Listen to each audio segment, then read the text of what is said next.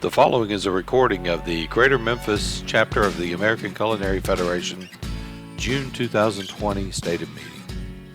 This evening we discuss the topics of the future of the Memphis restaurant industry.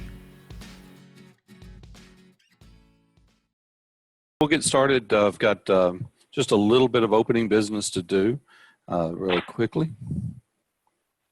So my name is Chef Bill Mullins. I'm the president of the American Culinary Federation for the Greater Memphis area, and I'd like to welcome everybody to our monthly meeting.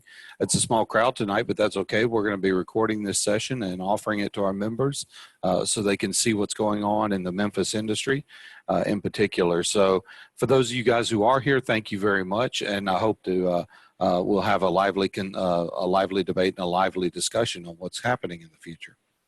The Culinarian's Code. As a proud member of the American Culinary Federation, I pledge to share my professional knowledge and skill with all culinarians. I will place honor, fairness, cooperation, and consideration first when dealing with my colleagues. I will keep all comments professional and respectful when dealing with my colleagues. I will protect all members from the use of unfair means, unnecessary risks, and unethical behavior when used against them for another's personal gain. I will support the success, growth, and future of my colleagues and this great federation.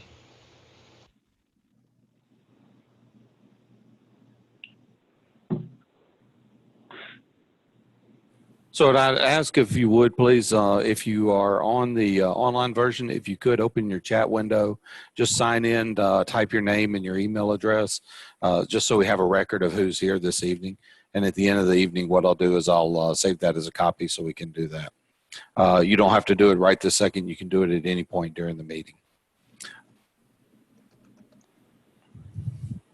So our discussion tonight is to talk about the future of the Memphis restaurant industry in particular. The hospitality industry, as everyone knows, has taken a big hit over the last couple of months with COVID-19 just coming at us at a 1-2 punch, it seems like, and then we get into murder hornets and everything else, but we're not going to talk about that. So I've invited several members of the restaurant industry here tonight to speak about this, in particular about the Memphis industry as a whole. Ernie Melner, who is with the Memphis Restaurant Association. Ernie, I apologize, I didn't start the recording earlier. Would you mind introducing yourself? Sure. Thanks, Bill. It's Ernie Meller, and I am the president of the Memphis Restaurant Association. I'm the owner and pitmaster at Hog Wild, Real Memphis Barbecue, and a Movable Feast catering company. Thank you. I'd invited a couple other people, but I know with it being a weeknight, it's kind of hard to get people on here. I see we have several other visitors this evening. If anyone would like to introduce yourself, please do. Hello, everyone. My name is Willie Singleton. I'm the food service director at Hutchinson School. Also, the sergeant of the arms for the ACF, unless we redo it. But at the past time, I was the sergeant of the arms. So I've been involved with this for the last 17 to 20 years here, and before here, everywhere else I've been. So it's something I'm very accustomed to and always been a part of. Thank you. That's great. Hello, everyone. My name is Tim. I am the program manager at the Kemmons Wilson Culinary Institute, and I'm glad to be here tonight.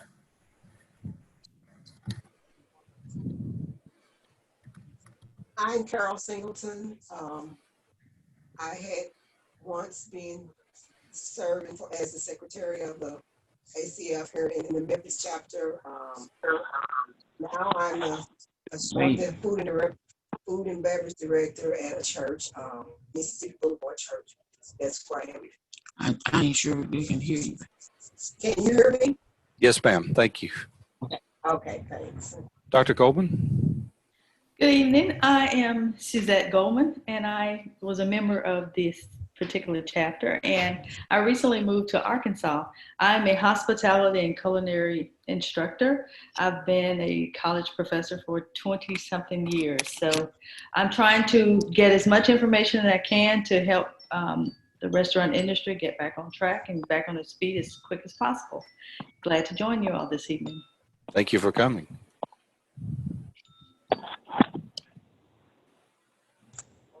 Okay. So I have a couple of questions that I thought would be a good way of starting into this. One of the things that I've noticed over the last couple of weeks, I like to just drive around the city and see what's going on in the restaurant industry around town. And I noticed that there are a lot of restaurants that are taking the opportunity to do some renovations.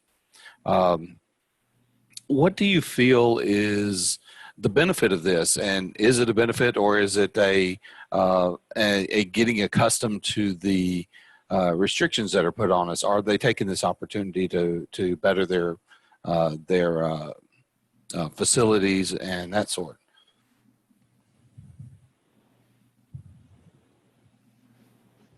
Bill, I'll take a stab at that. You know, in a busy restaurant, the wear and tear on the hard equipment, the tables and chairs, etc., takes a toll. And you know, every 7, 8, 10 years, a lot of restaurants will try to upgrade or remodel or do what give a facelift. And I think a lot of folks realize that during this time when we got hit so hard so fast that it was probably a good time to do a cleanup and put some paint on it or totally remodel. Yeah, I think so too. I think it's a great opportunity for restaurants who don't really have that time. You're right. It's one of those things that a lot of restaurants, they have to shut down completely in order to do that sort of thing. So this does give them that opportunity. So that's kind of a little bit of a softball into what we're talking about tonight. There are some of the changes that are going on. How are we dealing with customer confidence coming back out of this? I know this is a big factor. Even when the restaurants go back to 50%, 75%, 100%. I understand that phase 3 in the Memphis area has been delayed for a couple of days. When we go into the next evolution of it, how much of this is going to be customer confidence, regaining the confidence of those people to go back out and do things again? Bill, it's been the reopening has been much slower across the boards, I think, than anticipated by anyone. And that's from the time that we were first allowed to come back. Not as many restaurants were eager to open their doors as quickly as others. Some have been ready to get back to business right off the bat. Some because of their location. For instance, downtown has been slow to reopen just because there are no bodies down there versus Cordova, where you're outside of the city limits and you've got more of a bustling neighborhood than downtown is, for instance. Customer confidence, I don't know that it's customer confidence for the industry. I think it's just the public in general. It has a fear factor, and I think that fear factor is greater in some instances than some of us realize. And the fear factor is holding a lot of folks out, holding a lot of folks back from getting out into the public and into our restaurants. What do you foresee being something that we can do as a restaurant industry to be able to help people get over that fear factor, or is there something that we can do? Well, I think as a restaurant or as a caterer or somebody that's in hospitality, you have to reiterate that, particularly in the food business, that we've been under the health department's thumb for a long time, and that we know how to follow the guidelines. And when all the new guidelines have come to us over the last 10 or 12, almost 12 weeks now, we've been able to adapt to them and following CDC and health department's additional guidelines. And then Shelby County is different from the rest of the state. The rest of the state's restrictions are not as intense or as demanding as Shelby County's are. So we've always been clean. We've always been protective of our guests, trying to make them feel at home. Nobody wants to get anybody sick, whether it's food poisoning, a cold, the flu, or COVID.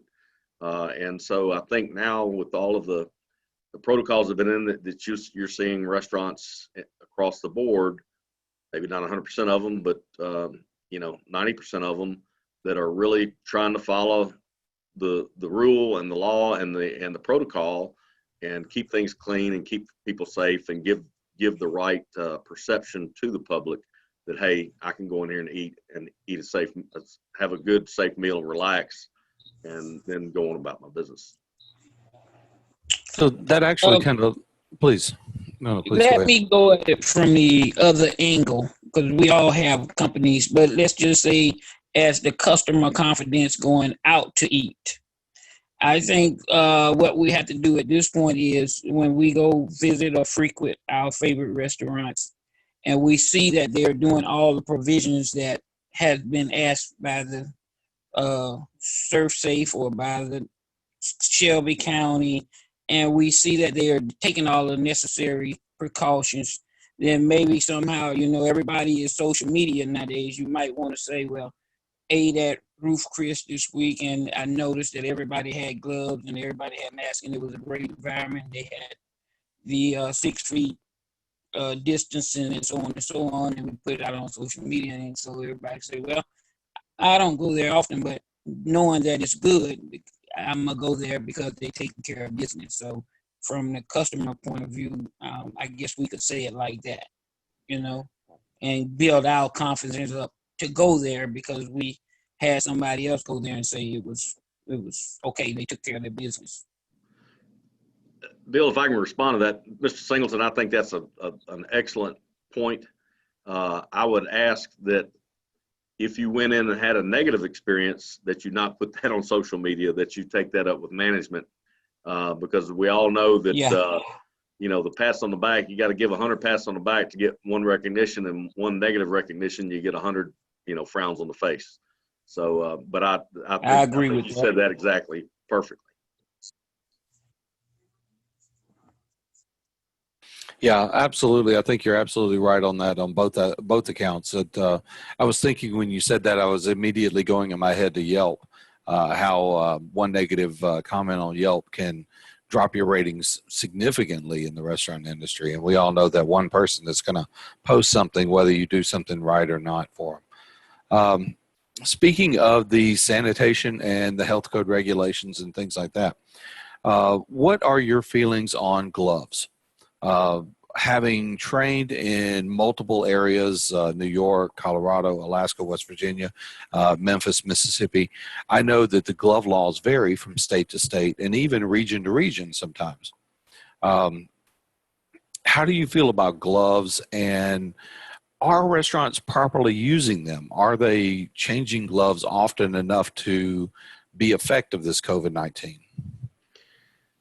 Yeah, I'll answer that in a couple different ways. I think the restaurants that are using gloves, the good ones, they're going through like 3 or 4 cases a day. So it's an expensive burden for them. Do I believe in gloves? We were taught I've been in the business 23 years, and the health department taught us forever, no gloves. And now in the back of the house, it's if you're dealing with ready to eat foods, you've either got to be gloved up or using a spoon or a tongue or spatula or something to move that food around. So in the back of the house, now we've retrained ourselves because gloves do 2 things, but they don't do them hand in hand. So a glove is used to keep your customer's food clean and healthy and safe, or the glove is used to keep your hand clean. Okay. So in the back of the house, we wash our hands and we put on clean gloves so we have clean hands. But we're only touching gloves, and we're almost like we're in surgery. And I used to be in medical sales, so I know what.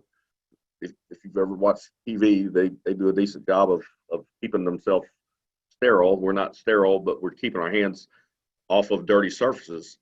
The front of the house hasn't been trained so well, and so somebody that's up there, let's just say somebody that's maybe in a small restaurant, they bust your table, or they take your credit card, and then they're hitting the point of sale deal, and then they're giving your money back, and then they scratch their head, and then those gloves are going everywhere. So I'd much rather see the front of the house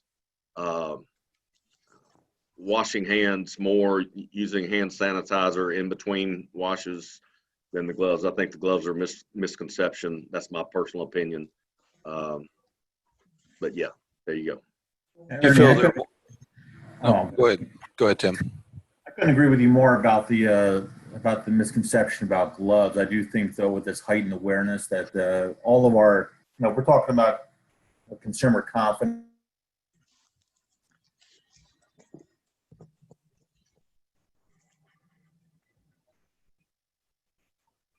And people coming out to our establishment those at times, but I really think we have to do everything we can to go above and beyond. And a lot of times, really going back to the basics is what happens in situations like this, and that buzzword of going back to the basics all the time. But we really need to really take it to the nth degree, I think, with regards to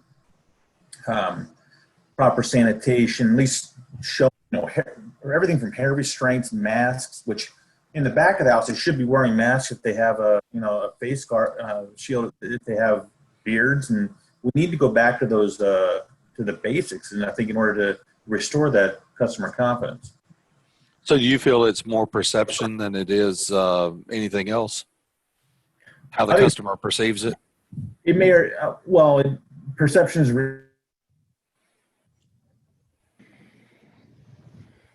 on their part. And I think if they're going out to restaurants, I think it's gonna be worse for establishments. And you talk about the negative, feedback on the internet and everything else. I think it's really going to be heightened with as we reopen society and the restaurants.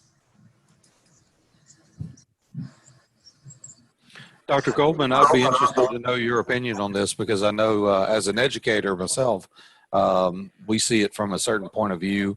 And I haven't worked in restaurants in probably 10 years. So it's good to have someone else's point of view. Sure. Thanks, Chef. From the point of view as an educator and a serve safe instructor, I think that we shouldn't overthink it. And I agree with Tim that a lot of it's perception. But for me, it's that, as you said earlier, yes, using the glove when necessary. But if it's not necessary, then we just don't use the glove. And we have to train our guests as well. If they see us using tongs and other utensils where our hands are not touching the plates. But one of the things that I suggested to someone recently is that if you just invest in the portable hand sinks, have them more available for the wait staff, the front of house staff, and you could have them available, guests could use them as well. But the idea is that that perception, and they see people washing their hands more as opposed to putting on a pair of gloves, taking a glass to the table, discarding those gloves, et cetera. So I think the use of more portable hand sinks and the use of more soap and water, because I see people going overboard with the alcohol. One, it's expensive. Wipes are expensive, and all of those things. Table turners have become very popular, but now it's, every dollar counts just to stay open. So I'm educating people, go back to the basics, the soap and water. The CDC has said that the virus does not like soap and water. So in that case, instead of having so much alcohol around, just have more spray bottles of soap and water and paper towels, and that could cut costs. So I'm trying to think of practical ways to help restaurateurs with the safety handling of food. I mean, there's some people who've moved outdoors, and now that we're in the summertime and in the South, well, outdoors can bring some other issues that we don't even want to bring, enter into the conversation. So I'm just trying to teach them to be practical, but still stay within the boundaries of what the health inspector and food safety requirements are, and just not go overboard, because the consumers have gone overboard with the alcohol, and we're the professionals. We have to retrain our guests. Yeah, as you were saying that, I was thinking to myself, I wonder if restaurants are going to start putting little portable kiosks in their dining room with the, maybe a little station to hand wash or sanitize or something like that. And I think the hand washing is absolutely much better than sanitizing because one, my hands are not going to sustain that level of drying out for very much longer. And two, it's just not economically and ecologically sound to do that. Well, can I chime just a little bit? Please. I think back to the basics is a term that we have to kind of define a little bit more. And that is making sure that they wash it for the 20 seconds or whatever, making sure that they understand if they take a pair of gloves off, they shouldn't put another pair on until they wash their hands again. And those are the different little training things that you have to continually do. I hate to say it, but you kind of got to talk about it every day, even before the COVID hit. Because I've been in a fine dining restaurant where a guy got 4 pair of gloves on. He thinks that it's like a false sense of security because as soon as he touched something that he don't suppose, he just pulled that first layer off and he got another layer on. But, being a professional, we know that if you had to take one off, you should have had to wash your hands. So it's kind of like gloves. It's kind of like a false sense of security, kind of like a back brace. Everybody thinks once you put the back brace on, you can lift more, so you go do more. And then all of a sudden, your back's hurting. Yeah, that's just to support you. It's not going to give you more strength or help you do something bad. And perception of gloves, to me, is the same way. Just because you got them on don't mean you're clean. Yeah, I think that same person worked for me at some point then. I remember looking at, I think we've all had that person work for us at some point. Yeah. Yeah, I couldn't agree with you more, Willie. And going back to my previous statement, it's not just about the, perception.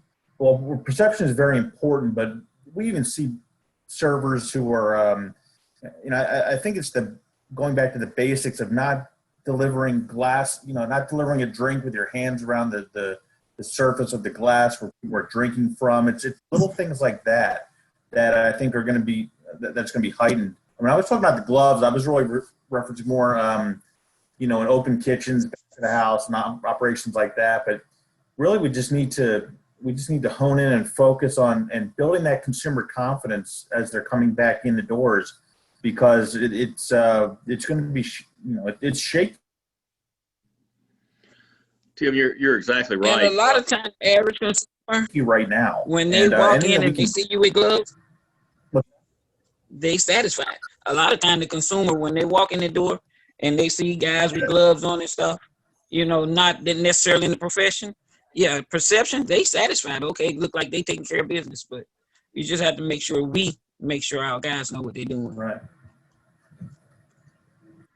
And it goes well beyond gloves for me. I mean, my wife and I, we walked out of establishments just going in and looking at the cleanliness and sanitation right from the very beginning and seeing how seeing how keen they are and staying up on the daily tasks. If we go in, if it's a dirty kitchen, if it's a dirty dining room, we'll just walk out. So, and I think, for those of us that are in the business, we have that eye for that, but I think it's going to be, I think it is going to be difficult getting people back in the door, but when we do, we need to make sure that that we're going above and beyond to restore that confidence.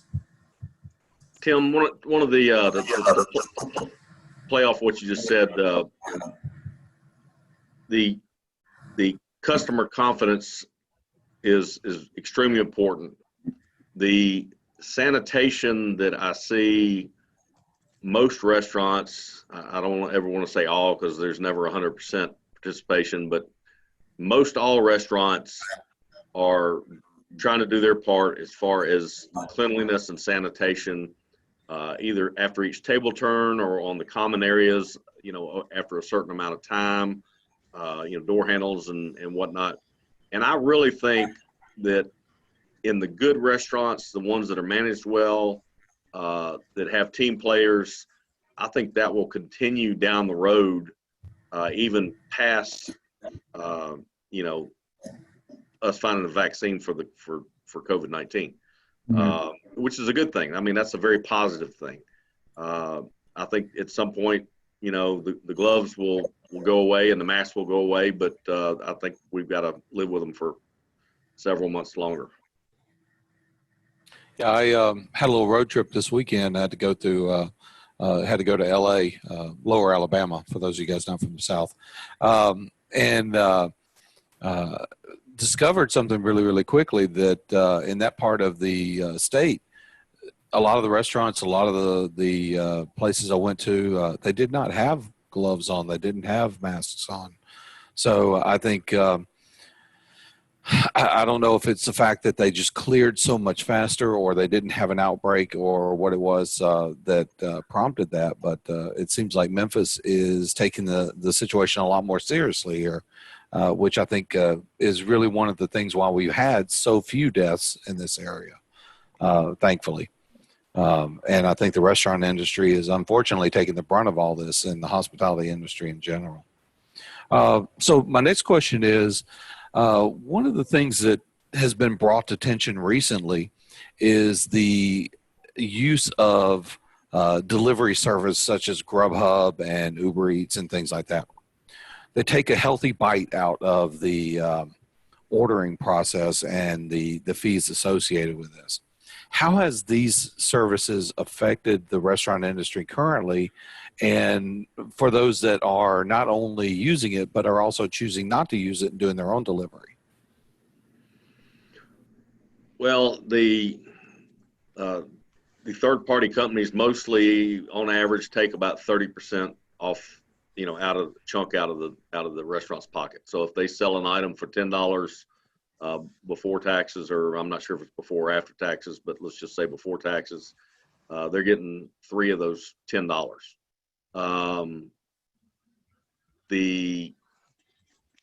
And that's a great service as far as moving product, because there are a lot of people that are at home that, you know, they call that service, or they see the list of restaurants that are on that service, say, oh, I'm gonna try them tonight, poof, and you know, half an hour, 45 minutes later, they've got a meal. And so it is convenient. It is a convenience factor, and it does increase your sales. However, you have to look at the ratio of, does it really increase your sales, or am I paying too much in commissions? And I think the smart guys, because none of us are up to the capacity, even the fast food restaurants are not up to capacity where we were back in, you know, last fall, or even January, February this year. So the smart guys, the ones that really wanted to keep their employees on, or wanted to keep specific employees, even though they probably didn't need them, they went to a self-delivery system. I know that's what we've had to do, because there is no catering out there right now. I say no, there's very little out there. So we're doing a home delivery deal, and we're doing it ourselves.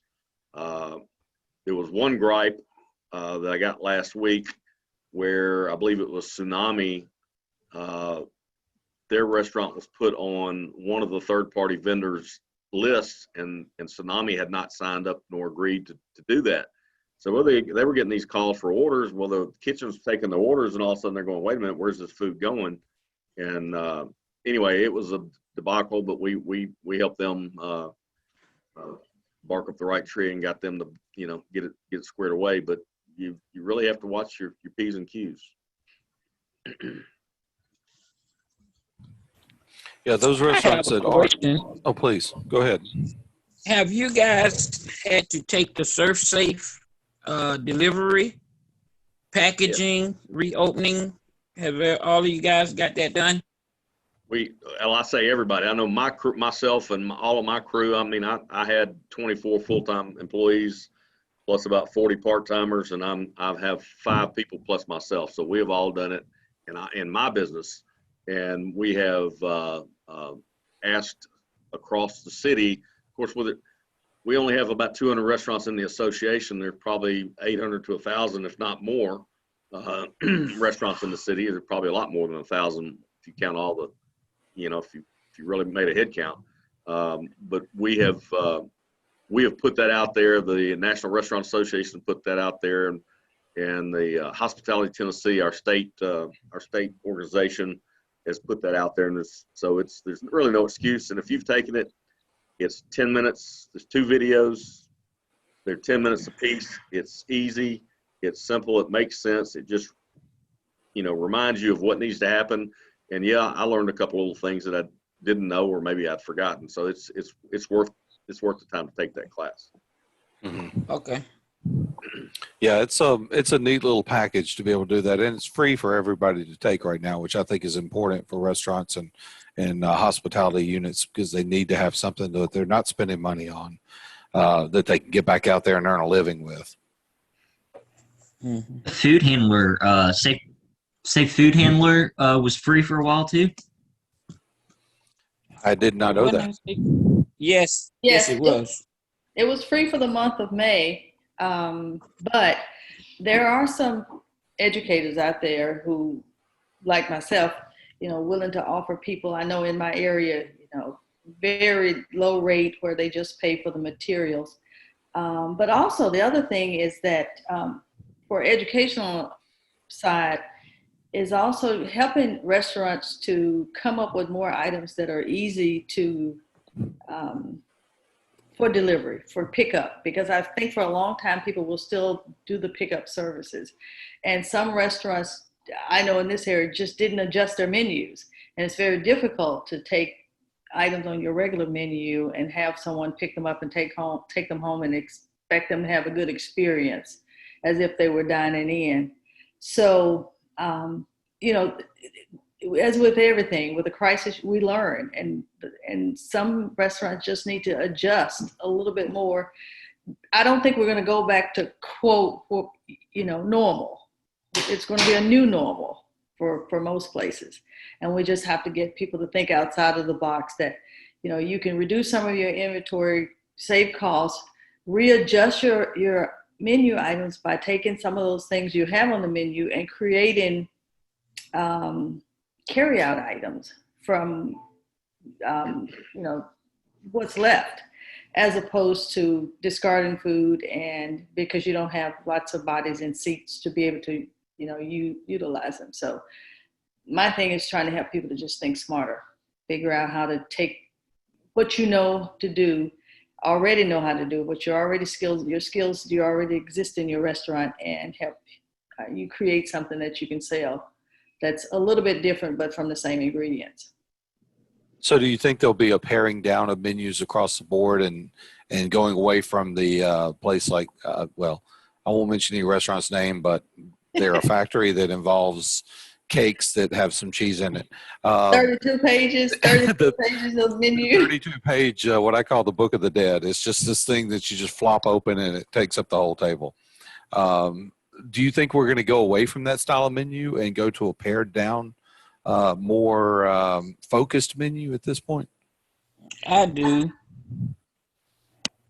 I also think that one of the challenges is going to be vehicles to put the food in. Just like we went through with the toilet paper and the paper towels. I've already ordered my gloves for the next semester based on what I used last year.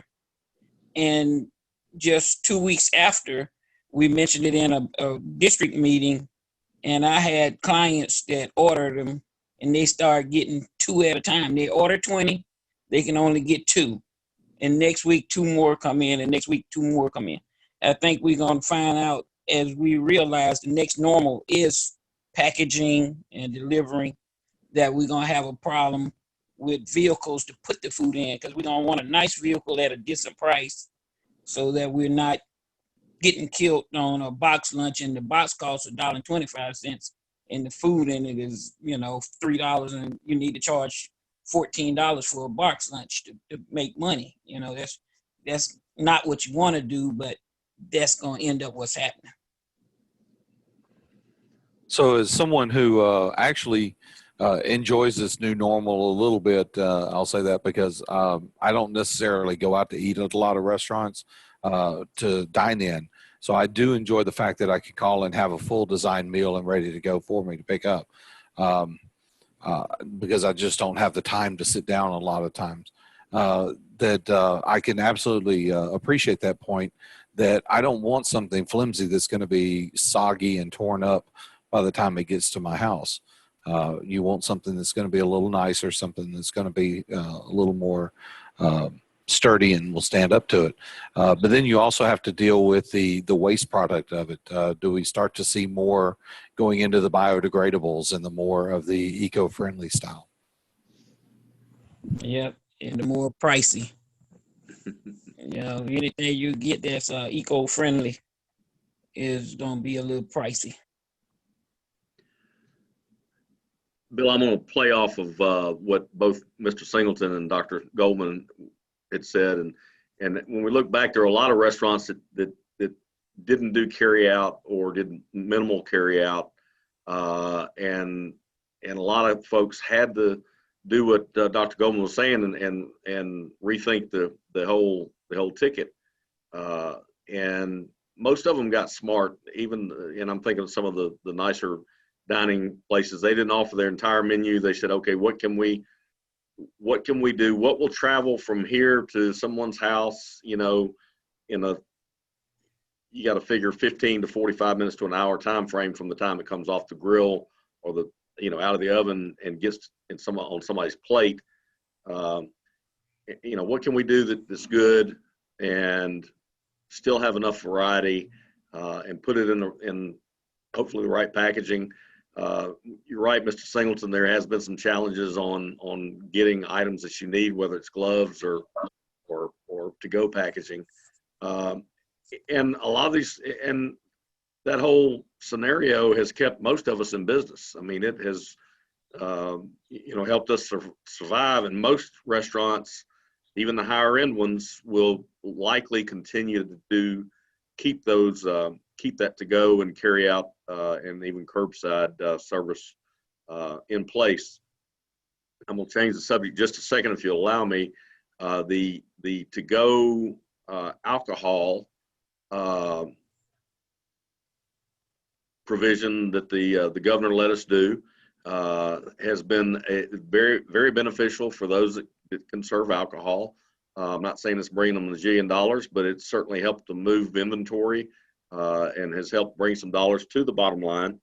And right now we're trying to get Governor Lee to push to keep that through the COVID pandemic, really through the end of the year, until we can push some legislation to potentially keep that as a permanent option.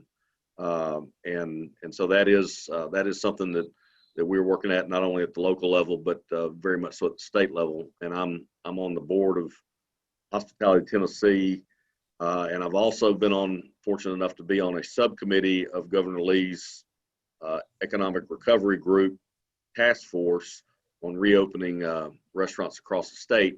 And what's kind of crazy is all the work that we did on that was for 89 other counties, but not Memphis or Nashville or whatnot. So, and I'm trying to bring all this back into the county, and I'm going, well, I just got overridden. We're not doing this kind of stuff. So, one thing that I think is big for the rest of the state that we're not doing in Shelby County, but I'm working on that right now, is for the back of the house, the kitchen side of the house, not having to wear a mask in the restaurants during phase 2 and 3. And we're already in phase 2, and we're not at least another 2 weeks out, particularly as we get into lovely Memphis weather at 90+ degrees, and the humidity. I was talking with Casey Alexander at the health department, who is over our jurisdiction is food service, and she agreed with me totally. And it's just we don't need masks in the back of the house if you're a healthy person, which you should be when you're working. That you can not suffer behind the mask. Unfortunately, the front of the house is going to have them for a while. Yeah, it's funny you actually stole my question right off my list about the alcohol, which is great. I'd love to hear that. I think it's been very successful for the industry. It's been one of those things that I know several restaurants around town that I personally frequent and see them be able to survive just because of that alone in many cases. So going to the point of the last thing you were talking about with the back of the house and going into phase two, you're absolutely right. It's hot. It's 100 degrees plus in the kitchen many times. I know I've spent many nights in there, and it's hard enough for me to walk around with a mask on when it's 72 degrees in an air-conditioned building, let alone in the back of the house. So I can imagine it's just stifling for them back there. What progress have you been able to make with that? And also, are we going to have to?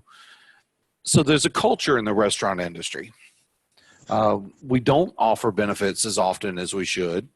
So our employees don't necessarily have health care to the extent that they can use it whenever they're sick. So we have this culture of not calling out when we're sick. We go to work when we're sick. We go, particularly if you're a chef or you're a sous chef, something along those lines, someone in charge, you go to work sick. You go to work whether you need to or not. Is there some way that we can start to mitigate that a little bit and change that culture to where we don't have to wear masks in the back because we're sick? I think that culture's got to start individually with each restaurant and each restaurant family. Most of the folks that I know have good relationships with their employees. I certainly have feel like I call it my work family. It's rare that I call somebody an employee. If I'm out with one of them, I say, hey, Marvin and I work together. Marvin and I have been working together for 20 some odd years, and it's not he works for me or whatnot. And so we have that relationship where we can sit down and say, guys, it's super important that you let us know, because, now, we're 10 weeks into it. I think everyone understands the importance of it. Every morning we come in, there's just three of us in the, well, I'm the fourth one, four of us in the kitchen. And every morning it's, here's the gun. Do I need to shoot you? Everybody feel okay? Yeah, we feel okay. And nobody's been, so we're cool, but maybe not every kitchen's built like we are. I've got some great guys, and I'm sure there's a bunch of great guys, but yeah, I hear you on the culture. But education's the big thing, because if one person goes down, everybody goes down. Yeah, you guys taking temperatures when they come, or just if they're feeling bad? No, we shoot temperatures, but again, it's just, because I'm just in the catering business, and right now we're dead. We're just really building. We're just doing kitchen work for the most part. We don't shoot it every day, but Okay. technically I'm supposed to. Yes. Yeah.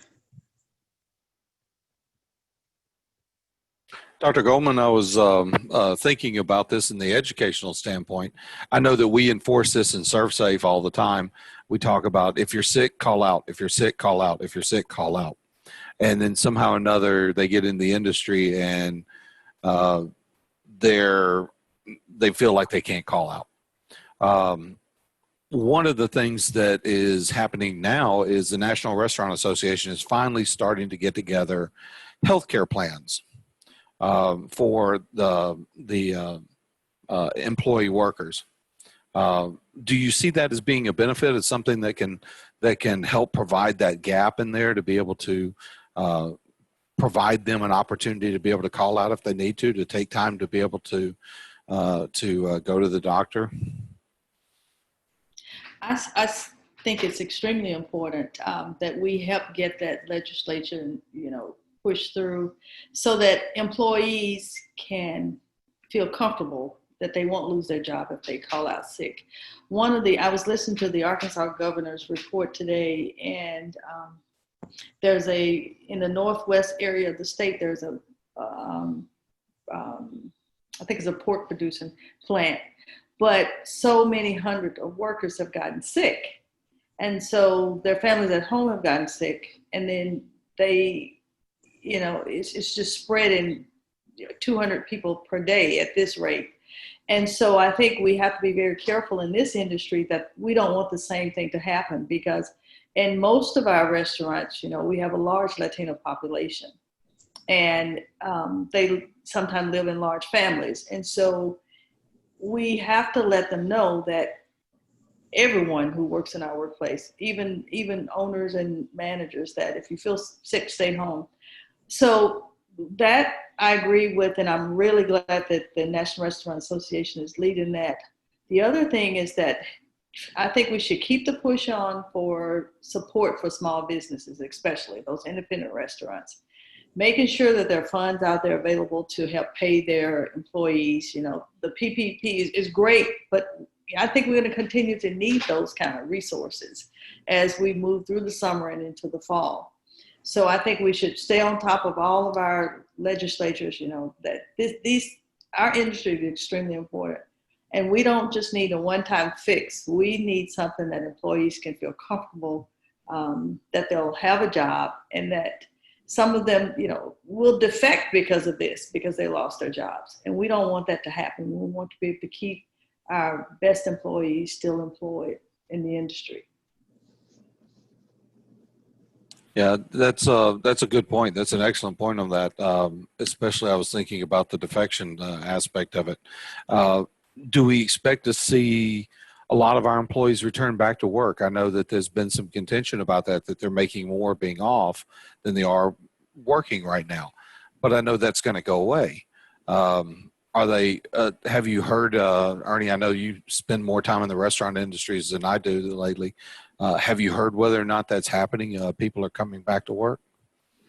For the most part, I think they are. There are some folks that aren't. The harsh reality is that if I call you, Bill, up to come back to work, and let's just say I'm one of the nice guys, and you say, you know, I'm kind of happy where I am right now. I'm not quite ready to come back.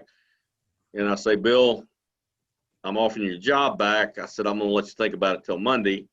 And I call you back Monday, and then I have to give you the bad news that if you don't come back, then your unemployment benefits go away.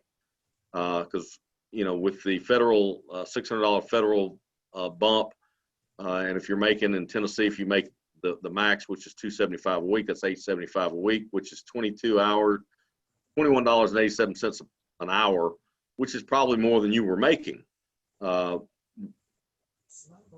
know, I've furloughed all of my people, and I can't bring them back right now. And there's no reason for me to eat. And I have the PPP, and I won't get it forgiven. So it's more of a safety net for me. So I want my folks that are getting that money to have it.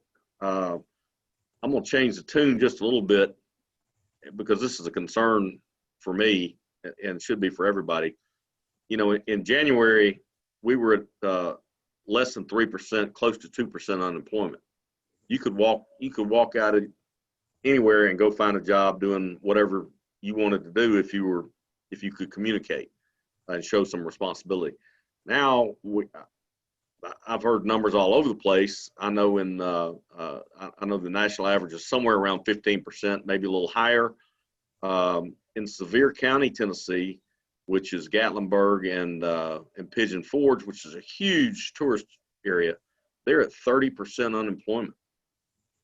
And then you think outside of the restaurant box, and you look at all these folks that are now working at home, working at home remotely, like we're doing on this conference call. And a lot of those folks, you know, are not going to go back to the offices. One of my best friends said, no, he's permanently working from home. Well, guess what? That piece of real estate that their office was in is now vacant. So how much of that's going away?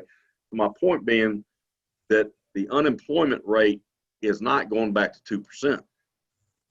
And with restaurants having to make changes on their own model, the model's different now as it was 6 months ago, and it's going to be different in 3 or 4 months. So if you were a great employee, hopefully you're going to get hired back, or somebody's going to snap you up. If you were a mediocre employee, you better change your game and get yourself polished up, because otherwise you're going to have a tough time out there. And you know, it's just, and I'm speaking a harsh reality, but again, unemployment's not at 2% and won't be for a long time.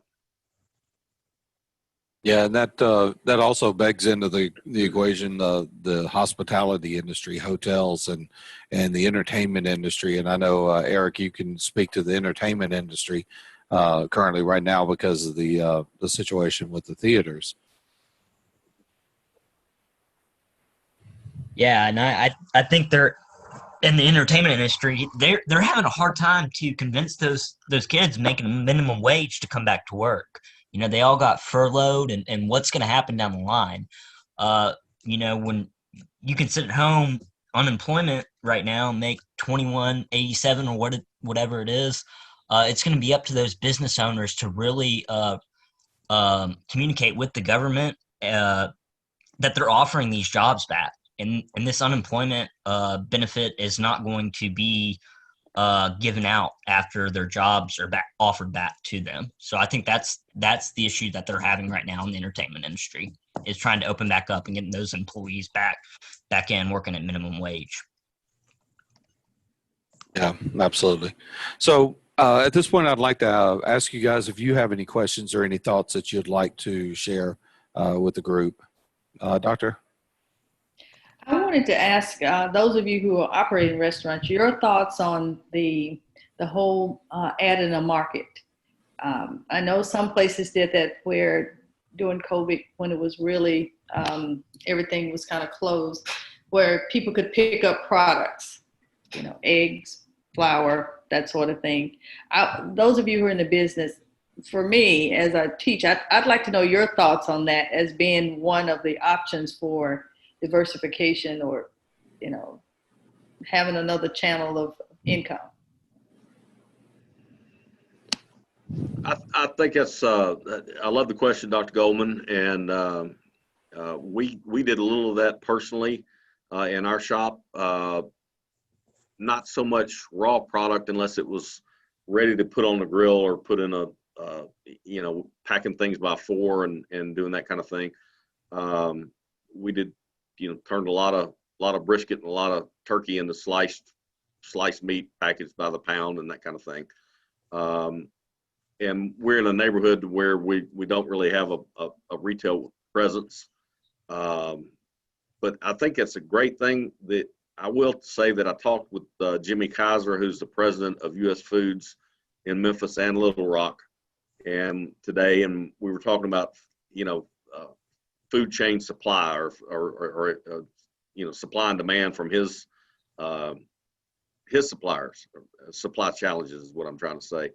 And some of those are working themselves out, so there's a little less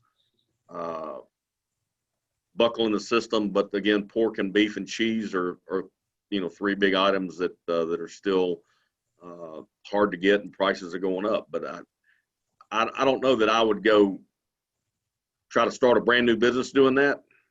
But if you're in the business and you've got a means to, you know, a spot to put that in the front of your restaurant, or maybe there's a small nook next door that you can rent or lease and do something like that. Yeah, I think it's worth a try, you know, but I don't know that I would drop everything and go try to do that, you know, as a new business. But certainly worth the, you know, worth the effort, and there's some money to be generated there for sure. I have a question. Being that the ACF was closed for a minute, or we had some kind of closure, are we back? And are you guys the officials? Are you the president? Or what we got going? So that's a really good question. I am the president of the ACF. Stephen Leake and I, we had discussions. We got everything worked out. Stephen is a great chef. He's a great guy. He just had so much stuff going on that he couldn't be as active as he would like to have been. And he was looking for a way of getting things started again. So, you know, we started the new Kimmons Wilson Culinary School, Culinary Institute with the University of Memphis. And we took over the old L'Ecole Culinaire property. So we have space. We have plenty of opportunity. We have a regional hub. We have all of that available to us, and the resources of the University of Memphis behind us as well. So we want to try and start having more activity. We want to start having more fundraising so we can do things with our student chapters and get them involved in it. You know, we want to have some social events and get together and just entertain each other and enjoy each other. And that's really what it's about. And then, of course, education. Education is going to be a big part of this as well. because we're educators first and foremost. I think any chef is an educator at heart. They want to pass on what they know. So we are bringing it back. If I look on the ACF page, is the officers listed or? They are, yes, sir. There's a picture of us on there, and it's acfmemphis.org. Gotcha. One of the things, Chef, I appreciate what you said, is that also marketing the fact that as educators now, we again have to change and come up with ways to educate students so that they don't always have to come into the facility. I mean, I have a daughter that's in medical school, and it's, she's in a surgery class, and I said, wow, telemedicine is coming, came just in time. But we, whereas in the past, we always had students come into class for everything. I think now that students have figured out and understood that we can do things remotely, we're going to have to consider more remote classes.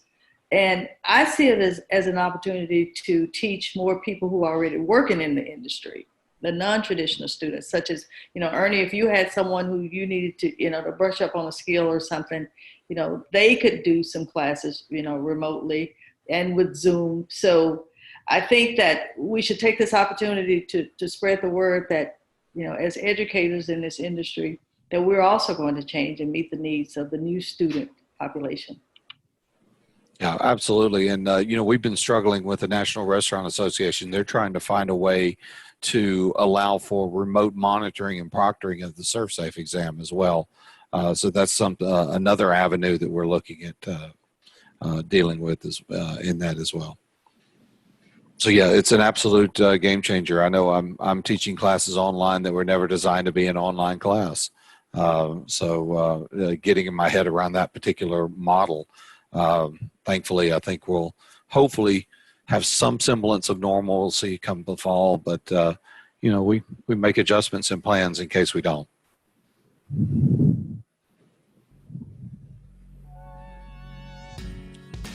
All right, well, thank you very much. I'd like to thank everyone for participating this evening.